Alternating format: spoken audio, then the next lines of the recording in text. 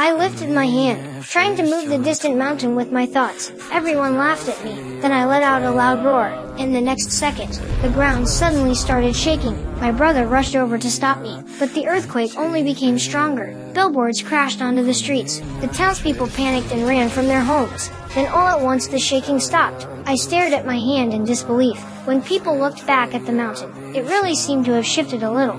Some thought it was only a coincidence, while others believed I truly had powers. The strange event quickly made the news. When I was a child, I was constantly bullied for being short. People even mocked me with the nickname Little Boy. Unlike me, my father was tall and strong. I loved spending time with him the most. But one day war suddenly broke out.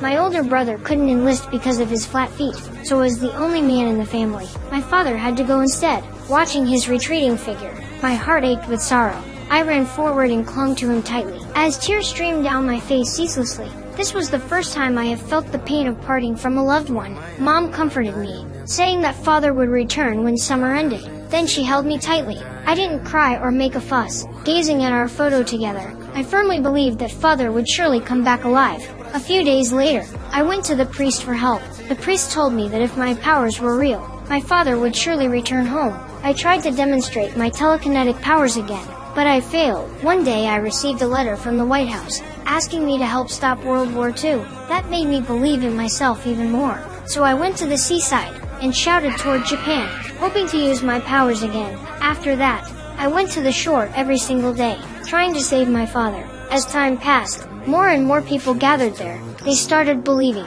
that I would perform another miracle.